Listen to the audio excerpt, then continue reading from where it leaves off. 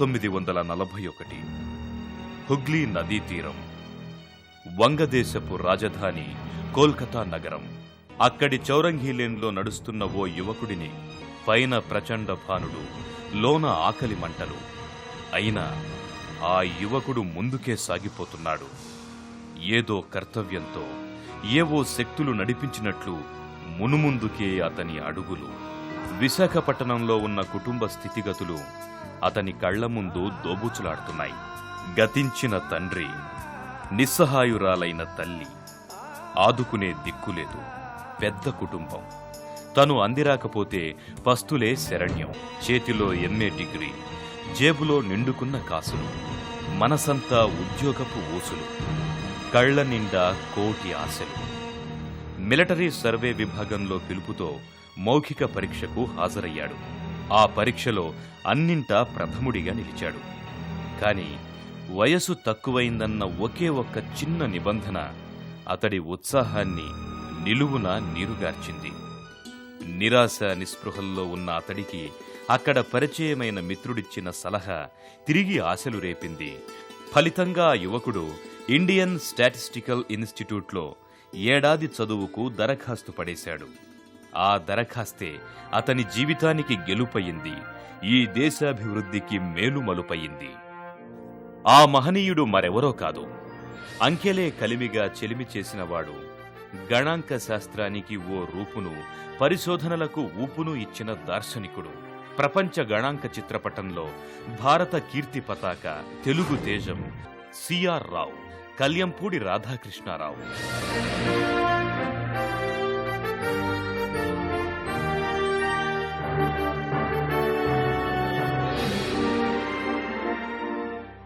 చెన్నపట్నం సమీపాన చిన్న గ్రామం కల్యంపూడి. ఆ ఊరికి చెందిన సిడి నాయుడు ఓ పోలీసు అధికారి. ఆయన బళ్ళారి జిల్లా హడగళ్లిలో ఉద్యోగం చేస్తున్నప్పుడు ఆ ఇంట కన్ను తెరిచిన 8వ సంతానమే సిఆర్ రావు. తండ్రి ఉద్యోగరీత్యా ఆ బిడ్డ విద్యాభ్యాసం గూడూరు, నూజివీడు, నందిగామలలో సాగింది. రావుకు బాల్యం నుంచే అంకెలంటే ఆరో ప్రాణం. 11 ఏళ్లకే అంకెగణిత చిక్కుముళ్లు విప్పేవాడు.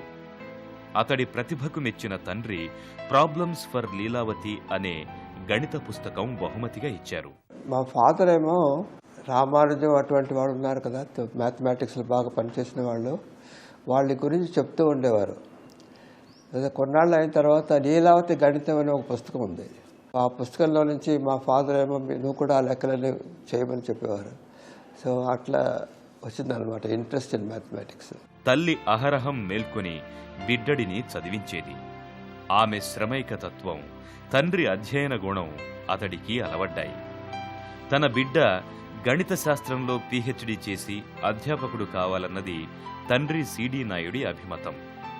ఆయన కోరిక మేరకు సిఆర్ రావు విశాఖలోని ఏవిఎన్ కళాశాలలో 1935లో ఎంపీసీ గ్రూప్తో ఇంటర్లో చేరాడు. అక్కడ ఎంతో ప్రతిభ చూపాడు. ఫలితంగా నోబెల్ బహుమతి గ్రహీత సివి రామన్ తన తండ్రి పేరిట ప్రవేశపెట్టిన చంద్రశేఖర్ అయ్యర్ స్కాలర్షిప్ సిఆర్ రావుకే దక్కింది.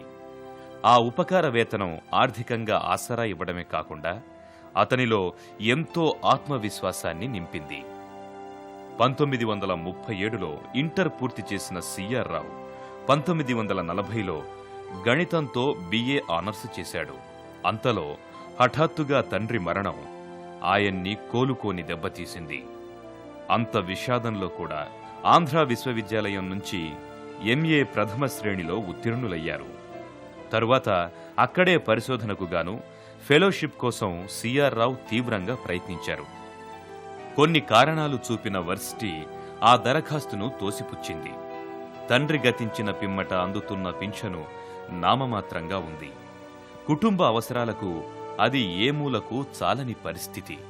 ఈ నేపథ్యంలో సివిల్ సర్వీస్ పరీక్షలు రాసి స్థిరపడమని తల్లి సూచన. కాని కుటుంబ భారంలో పాలు పంచుకోవాలని సిఆర్ రావు యోచన. అది రెండో ప్రపంచ యుద్ధ కాలం. పత్రికల్లో మిలిటరీ ఉద్యోగ ప్రకటనలే కనిపించేవి. అలా పత్రికల్లో వచ్చిన ఒకానొక ప్రకటన సిఆర్ రావు దృష్టిని ఆకర్షించింది. బతుకుబండి లాగడానికి నెయిల్ బండి ఎక్కి కోల్కతా చేరారు. మిలిటరీ సర్వేయర్ ఉద్యోగం కోసం వెడితే అధికారులు అది చిన్నపిల్లలు చేసే ఉద్యోగం కాదని చెప్పి ఆయన వయస్సును చిన్నబుచ్చారు. 1941 ప్రొఫెసర్ పిసి మహలనోబిస్ పేరు దేశమంతా మార్మోగిన సంవత్సరం. భారత్లో గణాంక శాస్త్ర అభివృద్ధికి అతడు ఆద్యుడు, బాధ్యుడు. దేశ సత్వర ఆర్థికాభివృద్ధికి స్టాటిస్టిక్స్తోనే బాటలు వేయగలమని విశ్వసించిన స్వాప్నికుడు.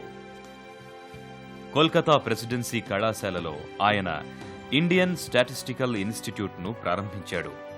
అందులో పనిచేయటానికి గణితం చదివిన చురుకైన కుర్రాళ్ల కోసం వెదుకుతున్నాడు. ఏడాది శిక్షణా కోర్సుకు అంతకుముందే దరఖాస్తు చేసిన సిఆర్ రావు మహలనోబిస్ దృష్టిలో పడ్డారు. సిఆర్ రావు గణిత పాండిత్యానికి, అగణిత ప్రతిభకు మహలనోబిస్ ముగ్ధులయ్యారు. ఫలితంగా తన కలల క్షేత్రానికి ఆయన్ని కార్యశోధకుడిగా ఎంచుకున్నారు. స్టాటిస్టిక్స్ అంటే ఇప్పుడు డేటా కలెక్ట్ చేసిన తర్వాత అందులో ఎంత ఇన్ఫర్మేషన్ వస్తుందో కనుక్కునే విధము స్టాటిస్టిక్స్ అంటారు. ఇప్పుడు తర్వాత ఇన్ఫర్మేషన్ వచ్చిన తర్వాత అది ఎలా ఉపయోగించాలో అది కూడా స్టాటిస్టిక్స్లోనే ఉంటుందన్నమాట. స్టాటిస్టిక్స్ హెల్ప్ చేస్తుందన్నమాట. ఇప్పుడు స్టాటిస్టిక్స్ నేర్చుకోవాలంటే దాని మెథడాలజీ డెవలప్ చేయాలంటే కొంచెం మ్యాథమెటిక్స్ కావాలి. తర్వాత డేటా వచ్చిన తర్వాత దాన్ని అనలైజ్ చేయాలంటే కంప్యూటర్స్ ఉపయోగించాలి. సో అందుకని ఇన్స్టిట్యూట్ ఎస్టాబ్లిష్ చేసేటప్పుడు ఈ 3 subjects mathematics, statistics, computer science అన్నీ కలిపి డెవలప్ చేస్తామని అనుకుంటున్నాం.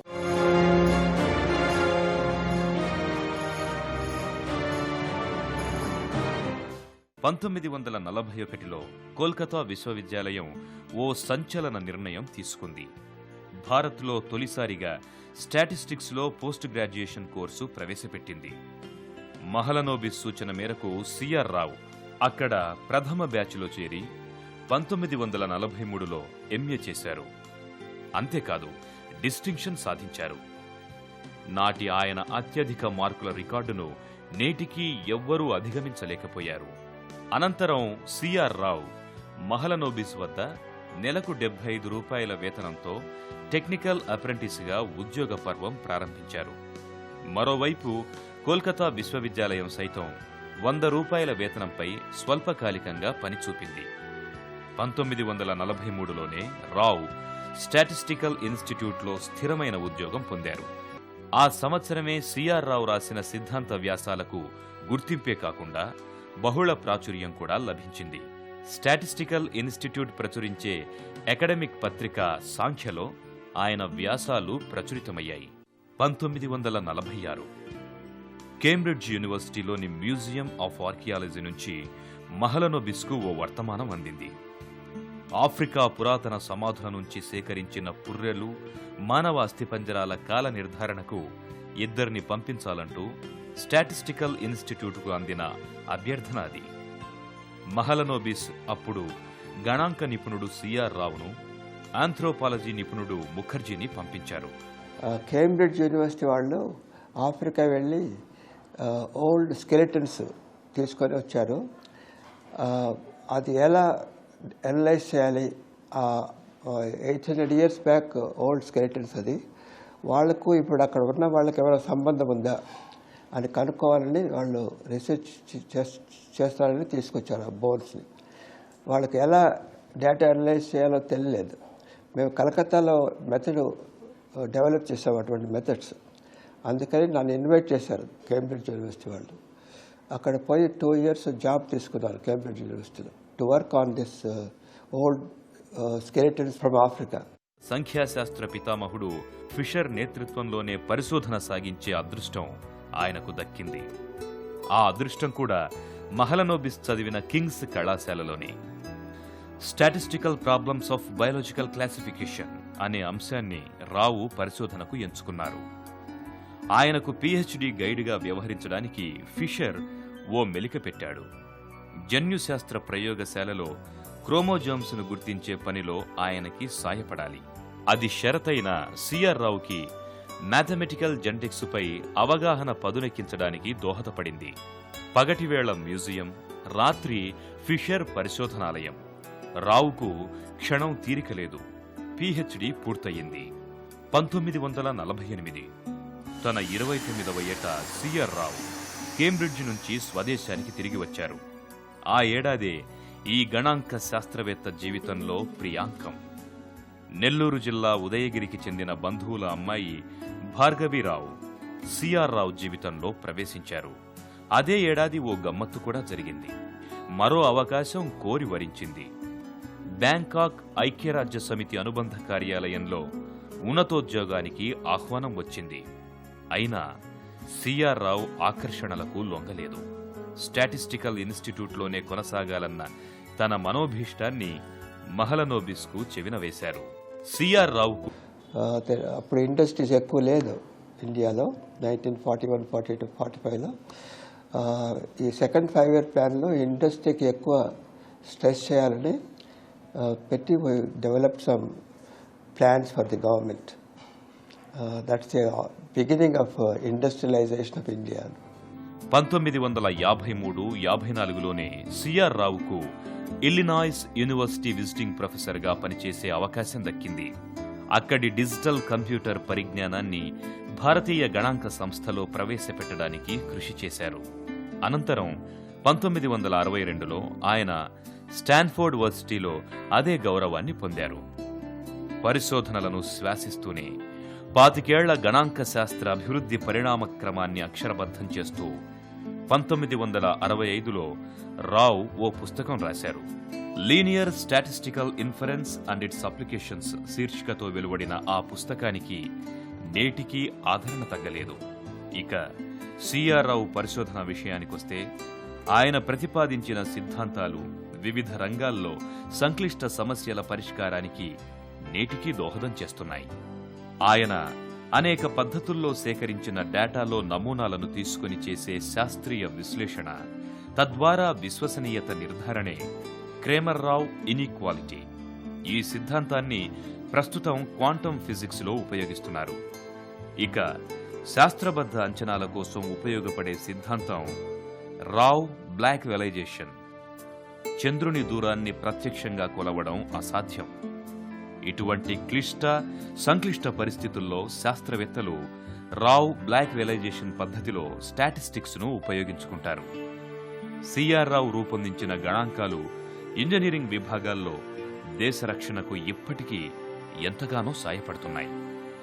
మన గగనతలంలోకి ప్రవేశించే విమానాలు గూఢచారి విమానాలా, లేక శత్రుదేశం నుంచి ఏకంగా దాడి చేయడానికి దూసుకొచ్చిన వార్ ప్లేన్లా అనే విషయాన్ని కేవలం రాడార్లే నిర్ధారించలేవు.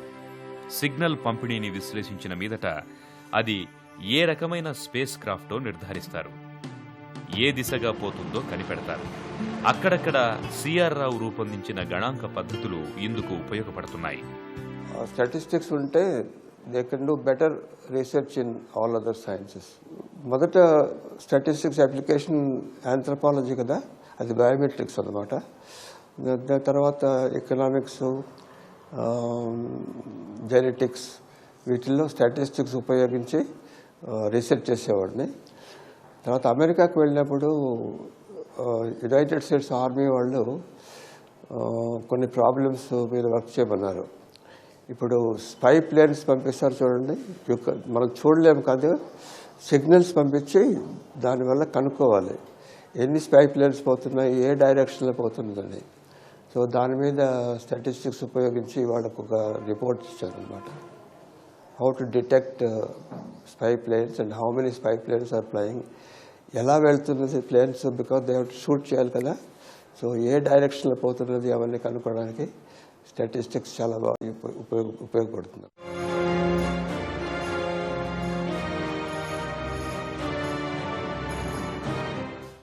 1972 మహలనోబిస్ మరణంతో ఇండియన్ స్టాటిస్టికల్ ఇన్స్టిట్యూట్ బాధ్యతల భారం పూర్తిగా సిఆర్ రావుపై పడింది. ఆ సంస్థ సెక్రటరీ డైరెక్టర్గా ఆయన విధులు చేపట్టారు. పెద్ద సంఖ్యలో విద్యార్థులను గణాంక శాస్త్రం వైపు ఆకర్షింపచేశారు. పరిశోధనలు ప్రోత్సహించారు. అంతేకాదు అనేక ప్రభుత్వేతర విభాగాలకు గణాంక సేవలందించారు. అదే సమయంలో భారత ఎకనామెట్రిక్స్ సొసైటీని స్థాపించి వ్యవస్థాపక అధ్యక్షులుగా పనిచేశారు. టోక్యోలోని ఇంటర్నేషనల్ స్టాటిస్టికల్ ఎడ్యుకేషనల్ సెంటర్కు 7 ఏడాది పాటు అధిపతిగా వ్యవహరించారు. ఈ పదవిలో ఉంటూ ఆసియా దేశాల్లో గణాంక శాస్త్ర ఆవశ్యకతపై అవగాహన కల్పించారు. ఏషియన్ ఇన్స్టిట్యూట్ ఆఫ్ స్టాటిస్టిక్స్ అని జపాన్లో ఉంది. 30 years నుంచి రన్ అవుతుంది, బాగా రన్ అవుతుంది. స్టూడెంట్స్ వెళ్తూ ఉంటారు. అంటే officers working in statistical officers in South East Asia పీరియాడికల్గా అక్కడ పోయి సమ్ స్పెషల్ ప్రాజెక్ట్స్ ఎలా చేయాలో నేర్చుకుంటున్నారు అనమాట. బట్ కలకత్తాలో మాత్రం ఈ సెంటర్ ఉంది, ఇంటర్నేషనల్ స్టాటిస్టికల్ ఎడ్యుకేషన్ సెంటర్. ఇప్పటికీ స్టూడెంట్స్ వస్తూ ఉంటారు. దానికేమో బోర్డ్ ఆఫ్ డైరెక్టర్స్ ఉన్నారు, and chairman of the board of directors. So every year అక్కడికి వెళ్ళి అంత సరిగా ఉందా, ఏమన్నా మార్పులు కావాలా ఎడ్యుకేషన్ ప్రోగ్రామ్స్ అవన్నీ చూసి వాళ్ళకి చెప్తూ ఉంటాను అన్నమాట. గణాంక శాస్త్రంలో భారతీయ యశస్సును దశ దిశలా చాటిన సిఆర్ రావు కృషికి గుర్తింపుగా అనేక పురస్కారాలు లభించాయి. 16 దేశాల్లోని 28 విశ్వవిద్యాలయాలు గౌరవ డాక్టరేట్లను ప్రకటించాయి. 1963లో శాంతి స్వరూప్ భట్నాగర్ అవార్డు లభించింది. 1965లో కేంబ్రిడ్జ్ విశ్వవిద్యాలయం గౌరవ డాక్టరేట్ ప్రకటించింది. 1967లో యూకేలోని రాయల్ సొసైటీ ఫెలోగా సత్కారం పొందారు. అదే సంవత్సరం ఆంధ్ర విశ్వవిద్యాలయం గౌరవ డాక్టరేట్ ప్రదానం చేసి తన కన్నబిడ్డను సత్కరించుకుంది. 1968లో భారత ప్రభుత్వం పద్మభూషణ్ పురస్కారంతో గౌరవించింది. 1979లో ఓహియో స్టేట్ యూనివర్సిటీ గౌరవ డాక్టరేట్ ప్రదానం చేసింది. 2001వ సంవత్సరంలో భారత ప్రభుత్వం పద్మ విభూషణ్తో గౌరవించింది. 2002లో ఆయన అమెరికా అధ్యక్షుడు జార్జ్ బుష్ చేతుల మీదుగా ప్రతిష్టాత్మకమైన నేషనల్ మెడల్ ఆఫ్ సైన్స్ సత్కారాన్ని అందుకున్నారు. 2010వ సంవత్సరంలో భారత ప్రభుత్వం శాస్త్ర సాంకేతిక రంగాల్లో విశిష్ట కృషి చేసిన వారికి ఇచ్చే ప్రఖ్యాత ఇండియా సైన్స్ అవార్డును సిఆర్ రావుకి ఇచ్చి గౌరవించింది. ప్రపంచ గణాంక రంగానికి సిఆర్ రావు చేస్తున్న సేవలను గుర్తించి 2011లో లండన్ రాయల్ స్టాటిస్టికల్ సొసైటీ గై గోల్డ్ మెడల్ ఇచ్చి సత్కరించింది. 2015లో సర్దార్ పటేల్ ఫౌండేషన్ వారు సిఆర్ రావుకు సర్దార్ రత్న అవార్డు ప్రదానం చేశారు. 2004లో ఆయన పేరిట హైదరాబాదులోని ఉస్మానియా యూనివర్సిటీలో సిఆర్ రావు అడ్వాన్స్డ్ ఇన్స్టిట్యూట్ని నెలకొల్పారు. హైదరాబాద్ కేంద్రీయ విశ్వవిద్యాలయానికి కూడా అడపాదడపా సందర్శిస్తూ సలహాలు సూచనలను అందిస్తున్నారు. ఆయన అలసటలేని అవిశ్రాంత శోధకుడు. ఎన్నో పదవులు, మరెన్నో హోదాలు ఆయన్ను వరించాయి. సిఆర్ రావు సేవలను గుర్తించిన రాష్ట్ర ప్రభుత్వాలు ఆయన్ని వివిధ సంస్థలకు సలహాదారుడిగా నియమించాయి. విశాఖపట్నం, విజయవాడ, నందిగామ, హైదరాబాద్ నగరాల్లోని వీధులకు సిఆర్ రావు పేరు పెట్టారు. స్టాటిస్టిక్స్ రంగాన్ని అభివృద్ధి చేయడానికి సిఆర్ రావు పేరిట హైదరాబాదులో ప్రతిష్టాత్మక స్టాటిస్టిక్స్ సంస్థను నెలకొల్పడం రావు గారి గొప్పతనాన్ని తెలియజేస్తుంది.